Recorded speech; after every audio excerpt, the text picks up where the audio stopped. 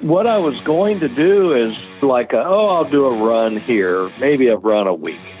I work just as hard now as I ever have. Right. And why do I do it? Because I like it. Everything's not about money. I still do this because I like driving those trucks. You get to make money and do something you like to do. And that's what's good about this industry. Welcome to Six Figure Trucker, the podcast where we share advice on how to be successful in trucking and have fun while doing so. We'll share stories, news, and advice on how to earn six figures in trucking, and we'll speak to guys and gals that are already doing so. Let's get to the show. Welcome to the Six Figure Trucker with Gerard Lehman, one of our drivers here at Norton Transport. We're very happy to have Gerard on board. Gerard, welcome to you. Oh, thanks for giving me this opportunity to have a conversation with you. Tell us about what your week has looked like so far as out on the road. This past week, I went up to Binghamton, New York, delivered a truck up there. The ride may have been the roughest ride I've ever had, and that does not, take cars out of it. Just driving trucks. This may have been the roughest ride I ever had. This particular vehicle was a non-CDL truck. It was a cabin chassis, so no weight, just a single tandem. And part of the way I had to go up through Ohio a little bit, just a short piece through Pennsylvania. Pennsylvania interstates are bad, but when I got into Ohio, I ended up on Interstate 86. And that surface was so bad, this truck literally beat my brains in. Oh, my goodness. My jawline actually hurt when I got at the truck stop that night. Just got bounced around a lot. But then got on a Greyhound and went to Macungie, Pennsylvania. And here's some balance in this, John. I picked up a beautiful Mack Anthem full sleeper, a really nice truck. The Mack Mack got bought out by Volvo in 2006. Mm-hmm. And Mack they're using the Volvo suspension in their Anthem and probably in their Granite. But this truck just cruised down. I had to take it to Aurora, Indiana, and this thing was a dream ride. So as rough a ride I had going up, I had that smoother ride going down. Kind of a yin and yang type thing there. Yeah, I was so annoyed with that ride up to Binghamton. It's just I've said this many times. I said, this is it. I'm not doing any more of these non-CDL cabin chassis, no air ride suspension. I'm not doing any more of these. But I've said that many times, and I continue to take them. So yeah, it was a perfect balance. I forgot when I got in that Mack and started going. I forgot about that ride on the way up. You were talking about the balance between, you had the rough ride. Was it the unit, or was it more the condition of the roads? Oh, it's a combination. There's no weight, a short chassis, one tandem axle, and there's no absorption of the shock when you go over these bumps and whatever. So the truck can't do anything but bounce and jolt. So if you take a big Mack sleeper like I had, went over the same road, any vehicle is going to feel some bumps, but you don't get the jolts. Right. And so it was a combination of the road surface. There's still New York, that state needs an immense amount of road surface reconditioning. And 86 was terrible. Interstate 86, terrible. What part of New York are we talking about there? Binghamton is a 1 hour south of Syracuse. Right, I got you.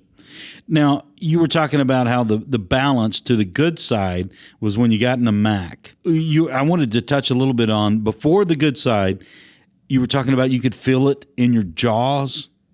Oh, yeah, my jaw. Yeah, I actually, I still go to, I have two children, 20 and 18. We still go to the amusement park in Cincinnati. It's Kings Island. And I still ride the roller coasters. At 66, I still get on them. I think people in line are making wagers if I'm going to make it back. Okay. But I love the roller coasters. But there's some rides still that'll jolt you. If you don't lay your head back against the seat back, you'll get it in the neck, and you want to keep your mouth open. Right. There's certain coasters in the United States, they will tell you to keep your mouth open. And on this truck on the way up, I've even bit my tongue before on a ride like this, and my jawline is hurt. And it sounds silly as hell that you want to ride a little bit, especially on 84 or 86. 81 is rough too, that you kind of want to keep your mouth a little bit open. Gotcha. Now, I wanted to ask you a little bit about this, not about trucking, but 66 roller coaster fan, what's your favorite amusement park and why? Oh, the favorite amusement park is in Cleveland. Oh, what the hell's the name of it? See, now I'm proving I'm 66. Oh, it's a mecca for roller coasters. Cedar Point. Oh, yeah. And that is the king of roller coasters. If you're a roller coaster fan, you got to go. I don't care where you live in the United States. You got to go to Cedar Point up in the Cleveland, because it's just tons and tons of coasters. I'm close to Kings Island. They've got great roller coasters. They still have what's voted worldwide as the best roller coaster in all of the United States by far, called the Beast. And it was built in 1974. The park opened in 72. The Beast came in 74. It's a wood roller coaster, and it's incredible. It's rough, bounces, bangs you around. But these newest ones on the steel rails are incredible. No bouncing, no jolting, just pure speed, turns. So any place that has good coasters is a favorite of mine. Gotcha. Gerard Lehman here with us on the Six Figure Trucker. What is it about roller coasters that pulls you in? Me being able to get on them today. Me being able to get on them, and me and my kids are very close. So the three of us, we love going to the amusement park. And if Avery, my kids' names are Avery and Cameron, if they don't ride together, when they ride together, I ride by myself, and then I always welcome someone who's by themselves to jump in with me. And then sometimes each of my kids will take turn to ride with me. I yell, I carry on, and it's a G-Force. They have a new ride called the Orion, and it is a mega coaster. You feel like when you go down the first hill that you're going inward.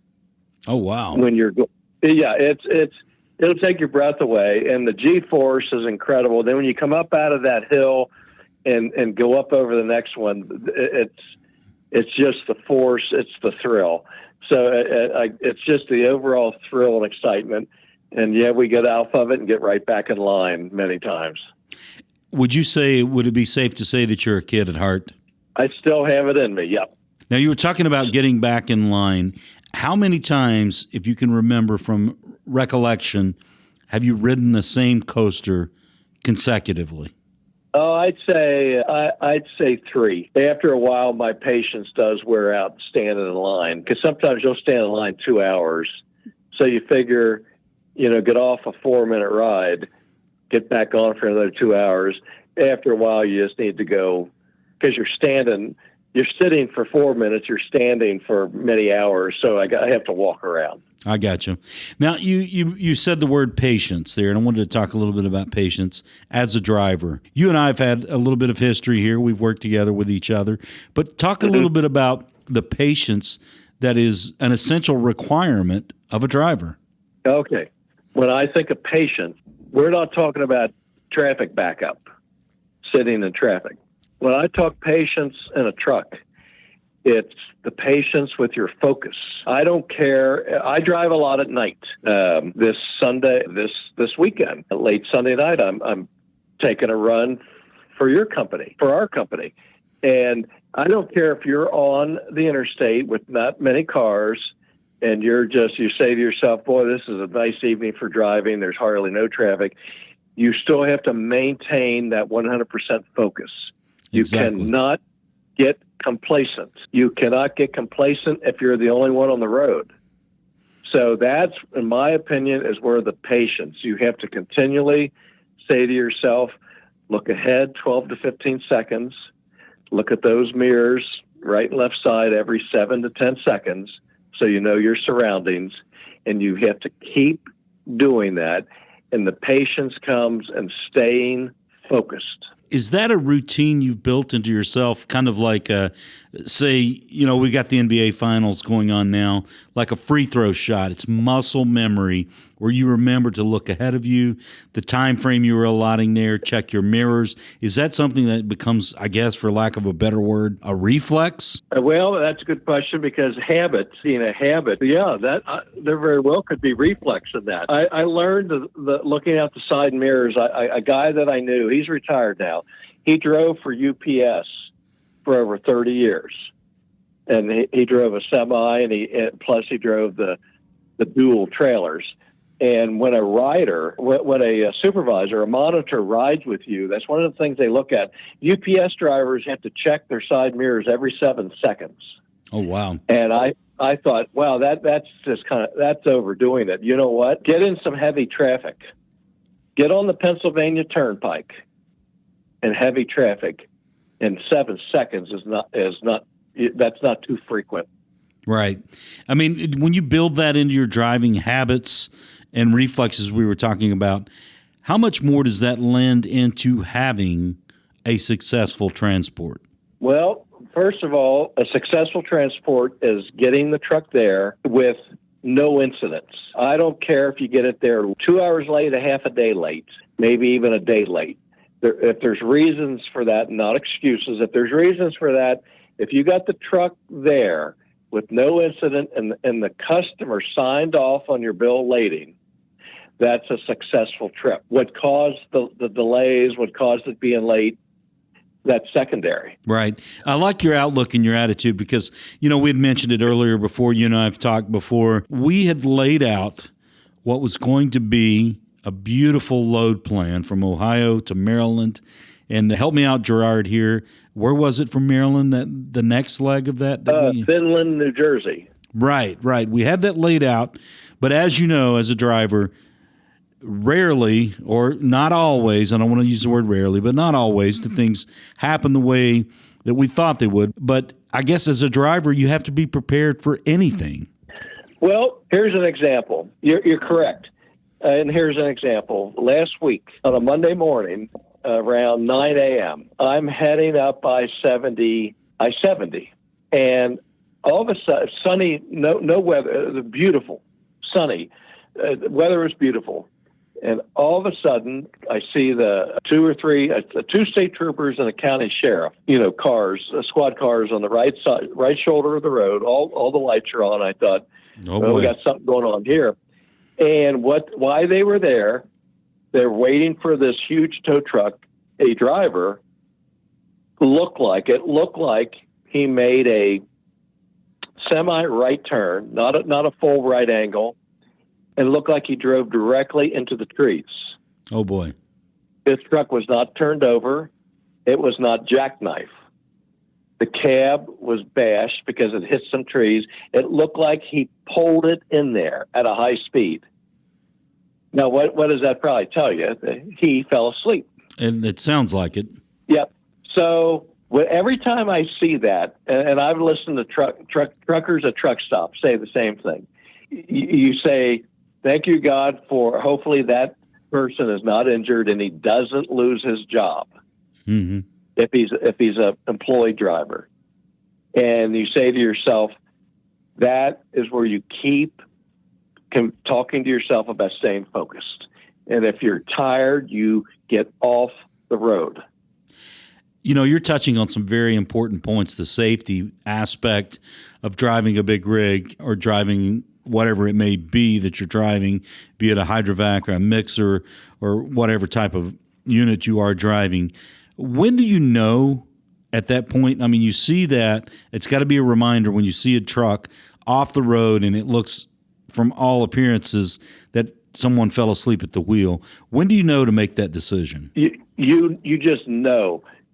I don't care. You could be driving a Volkswagen Beetle or a Mini Cooper. If you start to get heavy-eyed, yawning is not a signal. I mean, I've driven many times and I've yawned every 6 minutes. Tired and sleepy are two different things. You yawn because you're tired. You get heavy-eyed because you're sleepy. When you feel like you're getting sleepy, You don't wait another 20 minutes.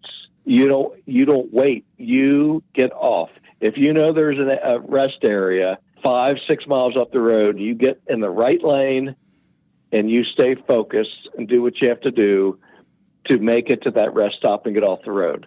Now, once you get off the road, sometimes with people, 45-minute nap, refresh you and you can get going again. But don't drive heavy-eyed. There's substantial consequences if you do. I mean, life or death. Guy looked like he pulled a truck right into the trees, straight ahead. That's what happened, or worse. Oh, absolutely. Gerard Lehman with us here on the Six Figure Trucker with Norton Transport. Gerard, how long have you been driving a truck? I got my CDL back in 2002, and I got it just because I wanted to get it. And I sold and financed trucks in 2006, and I started, when I financed them, especially a buyer who wasn't from the area, I offered to deliver the truck. Right. And then they paid me separately. So that's how I got driving. And then drove box trucks for a while, which those are challenging. A lot of people don't understand that a 26-foot box truck is a challenge. Sure, the weight and the distribution of it. Well, it's not. Imagine being a semi driver driving a flatbed versus a 53-foot box trailer. Which one's easier to back up and park? Right. The flatbed. Right. All right. Sure. And so I've driven on and off for several years. I drove multi-5-axle dump truck for a couple years that involved blacktop. That's a challenge doing blacktop, especially in the residential areas and supermarkets that have these concrete islands that they plant trees and shrubs. And so I did that. That's similar to a box truck. So I've been driving on and off since 2002. That's a lot of experience. And before we touch about that experience behind the wheel, I was listening there where you said that you used to be on the other side working not behind the wheel. Do those two marry together? What they did with me, I was not going to sell. I was not going to be involved with the trucking industry without being able to drive the units. And the reason for that is since I was a kid, a youngster in grade school, and the high school I went to was close to a highway that had traffic lights. So we had no air conditioning, by the way, so the windows were open. So me and some other guys, we'd always listen to the trucks, the semis, taking off from the traffic light. Mm-hmm. And that just intrigued me, and that's what got me interested in trucks and find out what kind of truck use that, what kind of engine, and et cetera. And ever since I was a youngster going down the road, I never missed a semi that went the other way or when I was passing one, whether I was riding or driving. So I've always liked trucks. Even today, getting in a Kenworth T680, a T880, it's like somewhat of an amusement park ride. It's a thrill. That's amazing that you can recall the moment when you were attracted to this business and the fact that it still carries on to today. I mean, Is that a sensation you get each time you drive in there? It's not a mundane type thing, but it's a... Oh, no, the next week I'll be driving Kenworths all week, mostly T680s, but I think there's a couple T880s. There's something about climbing up those two steps and getting in there, and then the power that these things have, even though you're not pulling anything, just the power and how they're magnificent pieces of machinery. These automatic transmissions in these trucks today, the computer that is reading all the signals and how these things shift, and they shift by floating each gear. It's incredible what this industry has accomplished. I mean, some of these transmissions, obviously, I'm new to this business, I'm only 7 months in, but some of these transmissions are, 18 gears we're talking about? Well, the sticks today, the three most common transmissions, if you're fortunate to have a stick, is either a 10-speed, 13-speed, or 18-speed. Most of the independent truckers, they want that 18-speed. So when they're going up in any part of the country where there's hills, they want to be able to do that quick shift on the fly. and keep rolling. The Mac I brought down out of Macungie that went to Aurora, Indiana, that was big, beautiful Mac Anthem. It only had a 10-speed. And I asked the lady who I delivered it to, she owns the Mac dealership, and I said, is this a fleet truck? She said, yep. And I said, I knew it wasn't an independent trucker because it has a 10-speed. And she says, yeah, and that'll hurt the resale value when they want to get rid of this thing. And she's absolutely correct. So the two most popular stick shift transmissions are 13 and 18 speed. The most popular automatic transmissions are 10 and 12 speeds. Absolutely. Now, this is Gerard Lehman, who hails from the Buckeye State. I know that's where you live now. Is that where you were born? Is that home base or home base now? Born at a hospital in Cincinnati. Grew up in northern Kentucky, which is just across the river from Cincinnati, Ohio. Oh, absolutely. Covington? Covington is in Kenton County. Kenton County is a county on the other side of the river, and then there's Campbell County, which is also on the other side of the river from downtown Cincinnati. Gotcha. Now, I wanted to ask you this question as a driver. Do you like to stay in the Midwest, or are you wide open, let's take on the whole country? Well, I'm wide open to take on the whole country, and especially to some states I haven't been to yet. It was 2 months ago, I think by now. I took a truck out of Kenworth out of Chillicothe, went up to Minnesota, and then I had a short ride over to a company that puts a cement mixer on the chassis. So I picked up one in Dodge Center, Minnesota, and drove it to Mississippi. Right. And I had never been to Mississippi before. And where I delivered it, I actually went past Mississippi State University, beautiful campus. I was glad to get to see that. I have not been to Louisiana. I have not been to New Mexico. And I always look for runs there. But no, all over. I love going to the north. I like going to the west and northwest, going through South Dakota, Wyoming, Idaho. Absolutely just beautiful driving. So if I got this straight, you were going through Starkville, Mississippi State's campus there. What time of the year was it? Oh, it was 2 months ago, and it was warm. I came out of Minnesota cloudy and cool. I got down, went through Arkansas, got down into Mississippi, sunny and very warm. I wanted to double back with you about a couple of regions there.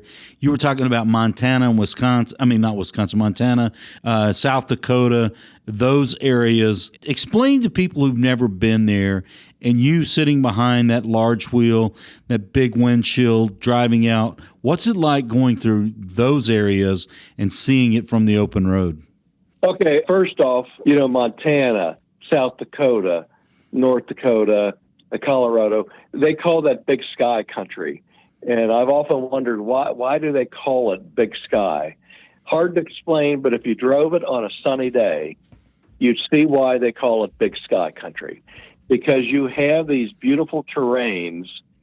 It's flat somewhat, but you have these rolling hills. Right. Very unique rolling hills.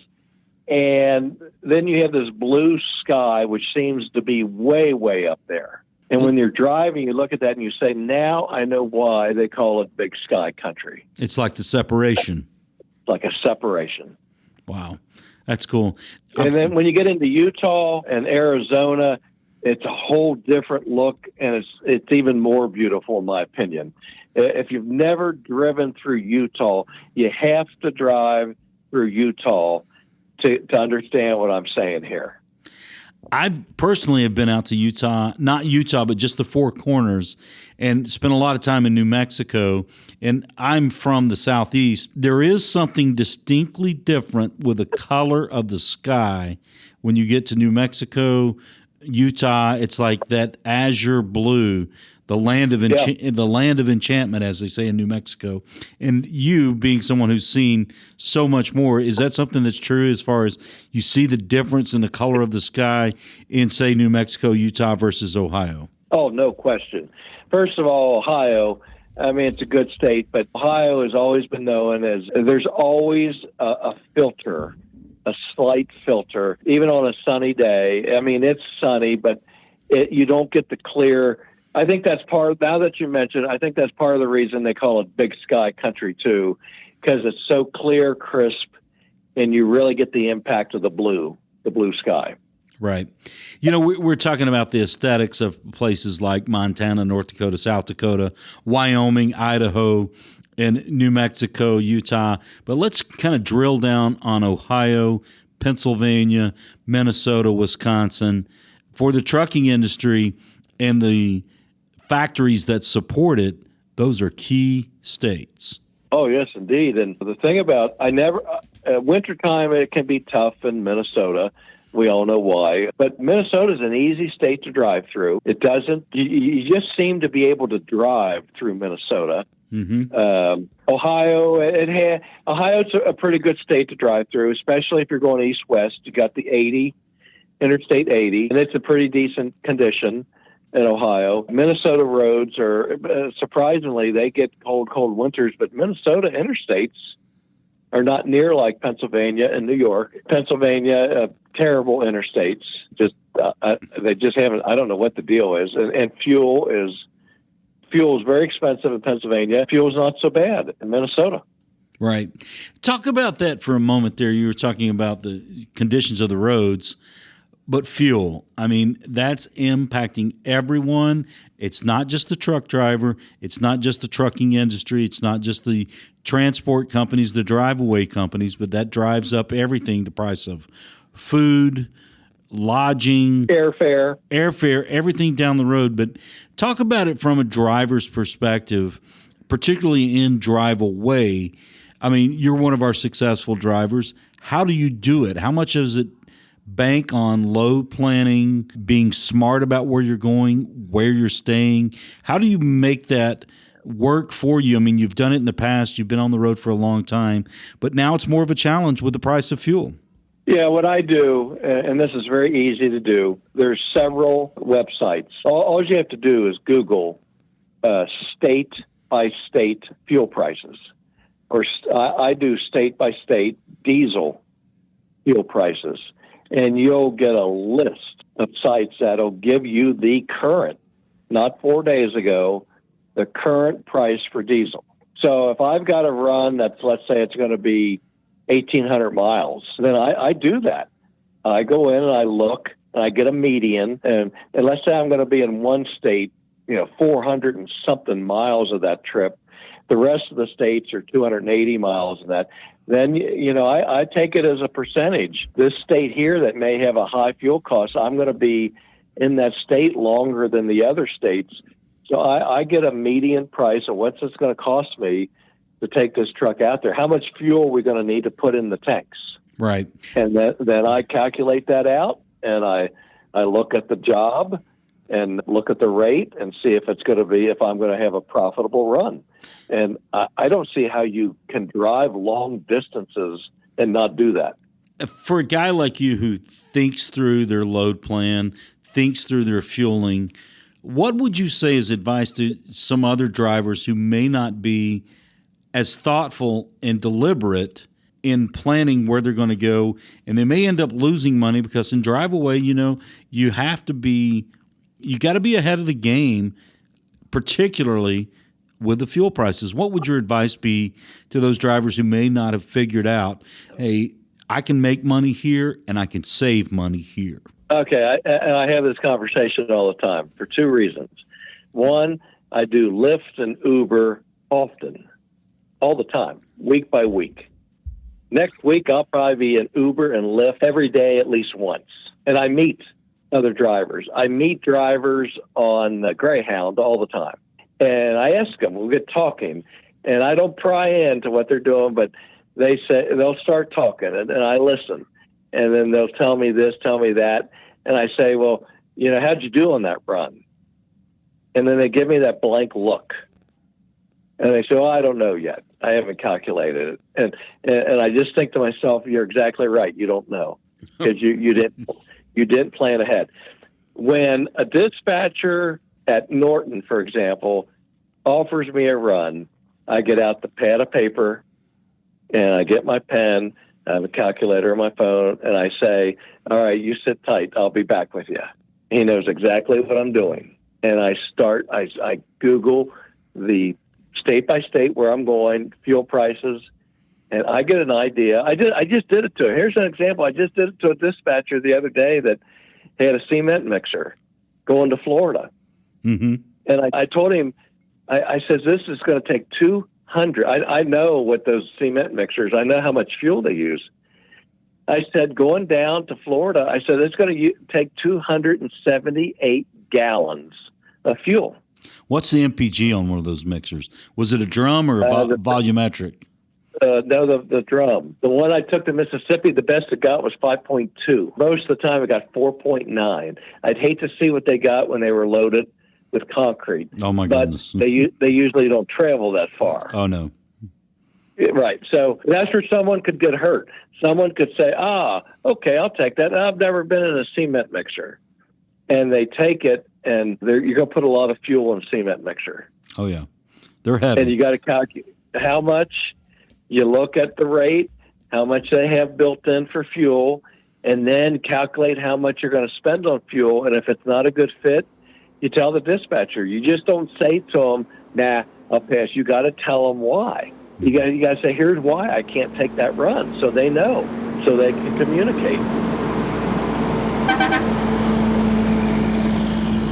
You know, we've touched on a lot of the meat and potatoes about trucking here in our conversation. This is Gerard Lehman with us here on the Six Figure Trucker on Norton Transport. We're lucky to have a guy with the knowledge and the background that Gerard has. We talked a little bit about the beauty out on the open road. I wanted to kind of touch on a little bit. What's the worst lane you've ever had and the best lane you've ever had? As far as what, the best versus the worst run?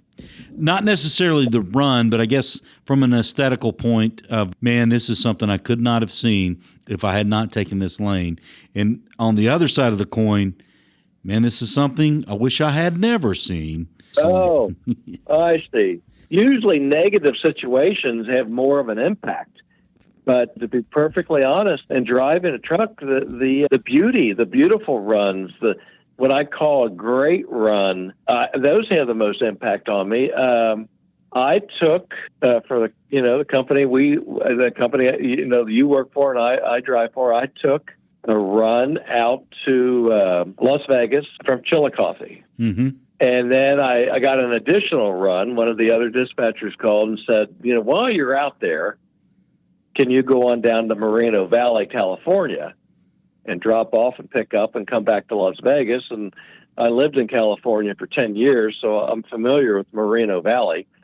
The entire trip was sunny, no rain. I love California. The trip out there was absolutely beautiful, not just the sunny skies, the terrain, the scenery. It was a drive you could get complacent on, which you don't want to.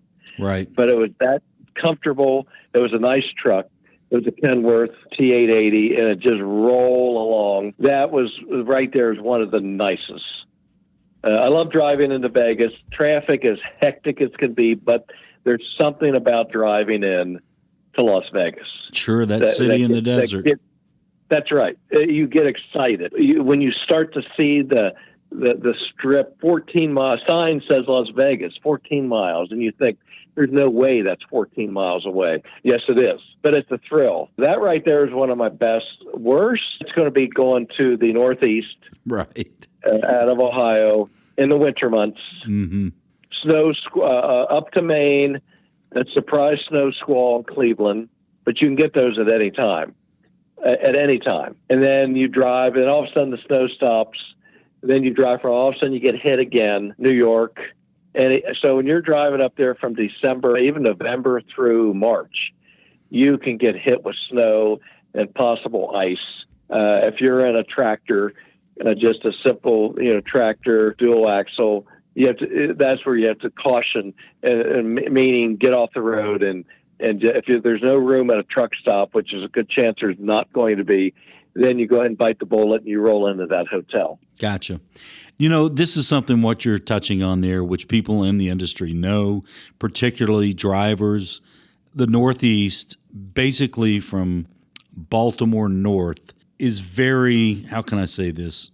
Unpredictable And undesirable for drivers. But for those who are not drivers, who may hear this here on the Six Figure Trucker Norton Transport with Gerard Lehman, Why is that? You kind of touched on a lot of the weather aspects of it, but a lot of drivers, frankly, don't want to go to those areas. And you being a guy who's been behind the wheel 20 years, why is that? All right, this one here is pretty easy to answer. First of all, you can have decent temperature, no snow, no ice. Then you have another thing to deal with, fog. Fog is part of the Northeast, especially Pennsylvania and New York. Mm-hmm. And if you're driving at night, which is mostly when you're going to experience the fog, you can be driving along and all of a sudden you hit fog and it can go on for 100 miles. Easy. No one likes driving in fog. It's a very insecure drive. It's a very unknown. And then here's the other part of the problem. Let's say you're heading through Pennsylvania or New York 2, 3 in the morning. You hit fog, and what do? You say, I'm going to play it safe. I'm going to take it easy. I'm going to slow down and do 50. Now, these truckers that have been driving that route for years, you better make sure you're in that right lane with your flashers on if you're doing 50. They could do it in their sleep, no pun intended. They will. That's exactly right. They will blow by you. You will say, how in the hell can they be driving that fast in this fog? Mm-hmm. And it's because they've been doing it. It's guys over 40. They've been through it. And a lot of those guys are independent truckers. They know what lies ahead. And they roll. If they hit a deer, they hit a deer. Mm-hmm. And that's their attitude. Right. So that's a big part of the reason. The other one is congestion, rain, and the closer. There's something about New York a lot of drivers want nothing to do with. It's the toll roads. I would think is one factor. Well, here's the biggest reason. I'm going to give you the biggest reason. It's not weather related. New York is not kind to truckers. There are very few truck stops in New York. So it's that insecurity and looking at that fuel gauge. Mm-hmm. Yeah, they do have the service plazas, but those service plazas, they're great for car drivers. Right. A typical service plaza, they could have 30 to 50 spots for truckers to park, but they may have 1, 2 at the most fuel tanks. Mm-hmm. So you could roll in there and be 6, 7 deep to get fuel in New York. Now, I was going to ask you, you're in your 60s now, from what you told us there. Correct. And you've been in driving for 20 years, 20 plus, I guess now, or right at 20. And you've been in the industry for that long. Could you see yourself doing anything different, or is this something that it's in your wheelhouse? Well, what's caused this to become my wheelhouse is this was my pre-retirement gig. And what I was going to do is I have not applied for Social Security yet on purpose. I'm just rolling the dice on that game, if you understand what I mean. Oh, absolutely. Yeah, I've elected to wait. So, and I still have 2 kids in college, and I do my best to they have jobs, but I still want to provide for them. So I was going to do I'll do a run here, maybe a run a week. I work just as hard now as I ever have. Right. And why do I do it? Because I like it. I like it for a number of reasons. I'm by myself, so no one's in that cab annoying me. I don't want anybody to think that this guy's an a-hole. I'm not. But the only people that tend to aggravate me are lousy drivers. Right. I can tell you right now from what you just said, the caption or the title of this episode is, "Why do I do it? Because I like it." Because I like it. I like when I get at Baltimore Monday morning and I'm going to hop in a 680 and take it to Vinland, New Jersey. It's that I call it climbing those 2 steps and getting in that cab and just taking off. And it's just after you do all the prep, your pre-trip, get your mirrors perfectly. That's another thing. Anybody driving, any senior driver listening to me, will give me a high five, is don't move that truck. I don't care if it doesn't have electronic mirrors. I don't care if you have to get out of the truck 6 or 7 times. You make sure those mirrors are perfect. How much do you feel like, as far as when you see, not to get into ageism or any of that, but younger drivers on the road, do you feel like they need more information from guys like you who have been on the road for decades? Absolutely, and here's why. This used to be an older man's industry. It's not anymore. Most of the drivers on the road are younger men. Trucking schools, they're full. Week after week, they have lots of students, and good, because the industry is great right now. You can make money in this industry, but I still pass too many drivers that got that. You can tell they got one hand on the wheel, and their other hand's got a cell phone in it. Mm-hmm. You can't do that. You cannot do that. I mean, it could be catastrophic. It can be catastrophic. It can be catastrophic, maybe not so much for them, but for another driver. Right. And the other thing, they all do a good job of using their turn signals. That's one thing I'll say about this industry. Truckers use their turn signals. I do think there's a lot of younger drivers that are driving too fast. They don't have the tenure yet. At nighttime, it is nothing for these guys to roll 75 plus miles an hour. Wow. Now, if you're going to drive that fast, you cannot even think of a cell phone, much less have one in your hand. Absolutely. I mean, you're making good points there. And one point that I picked up on, you were talking about within that answer of that question, you can make good money doing this. And of course, this episode is called The Six-Figure Trucker. Of course, this is Gerard Lehman with us here on Norton Transport. You were talking about you have some kids in college, you want to support them. Has this industry, and of course working with us, has it lent itself to give you that avenue where you can do that? Yes, but you got to keep something in mind. That's a great question, but there's a but to it. Everything's not about money. I still do this because I like driving those trucks. So here's what I get. I get a good wage. How do I get a good wage? I do my homework. I turned down, one thing about the company you work for at Norton, the dispatchers are assertive. They'll call you and say, hey, are you ready for a run? Or we've got a run for you. I don't mind that at all. They can do that all they want. But they also know that I'll call them back and say, nope, no, I'll pass on that one because I do my homework. You do your homework and just don't take a run because there's a run. You get to make money and do something you like to do. And that's what's good about this industry. You know, you were talking about something that we look at from our side too. And of course, we try to be advocates and partner up with the drivers, but being selective about making money.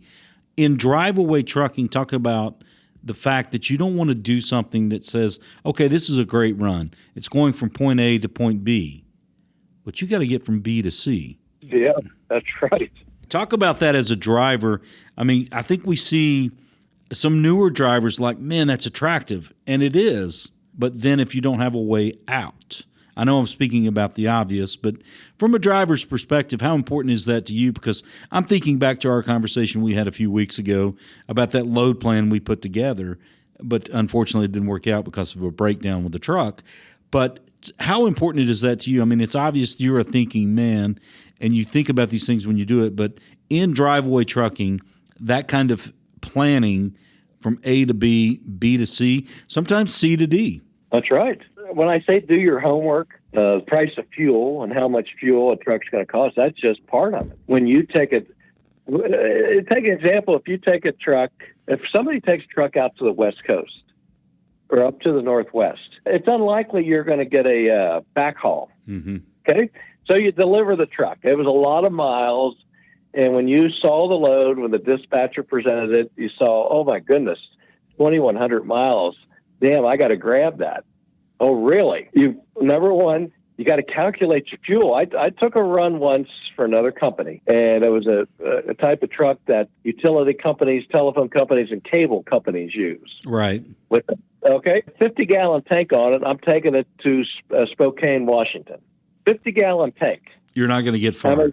I stopped 13 times. Oh, my goodness. Okay, so I never calculated the amount of time. Yeah, time is money. Yeah, that's right. So I ended up, I knew what the fuel surcharge was that they added in on the run. The run looked fantastic. Mm-hmm. Out of my pocket, I spent $542 on fuel. Out of my pocket. In addition to the surcharge? Oh, yes. out of pocket. Then I had to get back. And when all was done, I didn't make a great deal of money for driving 2,100 miles. But what I say to myself, next time you'll do your homework better. Next time, now you know what the fuel consumption is. Just because a company says we've got this much built in for fuel surcharge, you have got to go through the calculation process. Because if you think, oh, well, they've got my fuel covered, that's not necessarily true. And so when I take a long trip, especially to the West Coast, and I got to get back, first thing I look at is who's got the red eye. Does the airport have the red eye, the midnight flight? Those are always your cheapest flights. One thing I picked up, you were talking about the red eye. I can tell you're a student of the game, not just the red eye, but I've talked to you before. I think I've actually talked to you when you were on a Greyhound, which was the way it went before Uber and Lyft came into the play for drive-away trucking. But you still use the Greyhound.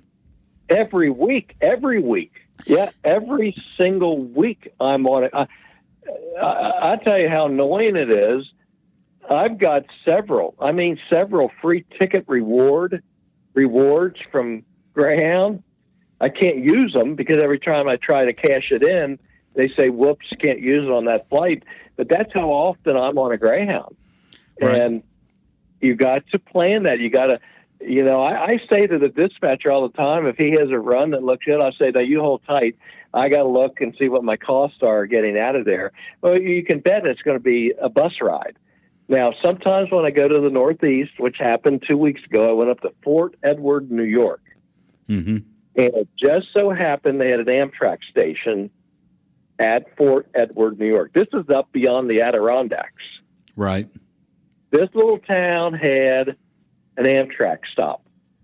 And I could get on that thing and go to Manhattan to pick up a bus. And it was only $59.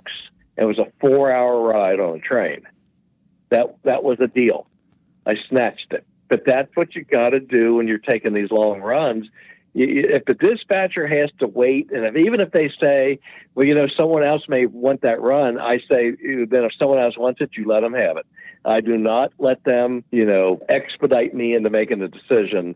And when I call them back, and if I say, I'll take that run, that means I did my homework.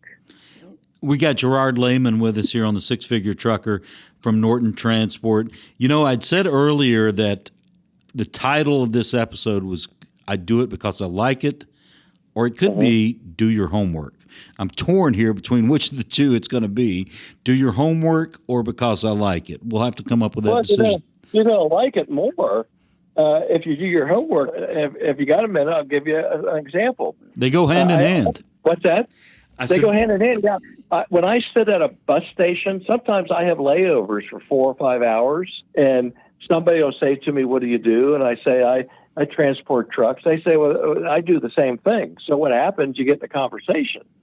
And I've talked to so many people say, yeah, I'm going to deliver this here. I'm going to get on a plane and go here. I just don't get it. I say, really? And I say, what's that cost? And when they say that it all comes out in the wash, that tells me that they have no clue.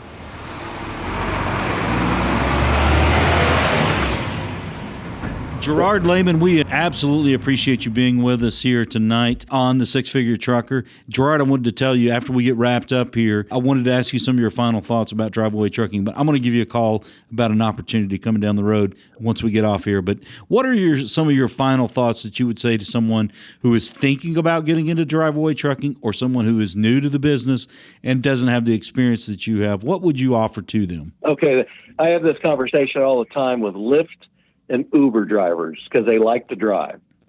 And I'll tell them what they need to do. Go on the company website, first of all, and let them know that you're interested. If you don't have your CDL, I tell them what they need to do. But if they have a CDL, I tell them, call this company, go on their website. And if you like to drive, and if you like the thought of driving large trucks, then you need to go check this out. And then I tell them all the time, they get my phone number and my email. And I say, you call me and I'll be a tutor to you anytime.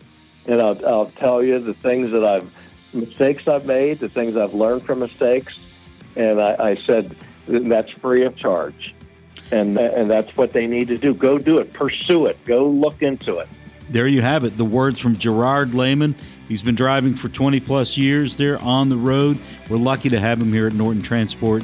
He does it because he likes it, and he does his homework. Gerard, thanks for joining us. All right, you guys have a good time out there on the road, and always be careful. The Six Figure Trucker, brought to you from Norton Transport. Six Figure Trucker is brought to you by Norton Transport. Norton Transport is a drive-away trucking company that customers can rely on. It offers excellent independent contract driving opportunities to professional, courteous, and qualified drivers that can provide the kind of service we deliver. If you're interested in learning more about Norton or just want to subscribe to the show, check out 6-figuretrucker.com. That's 6-figuretrucker.com.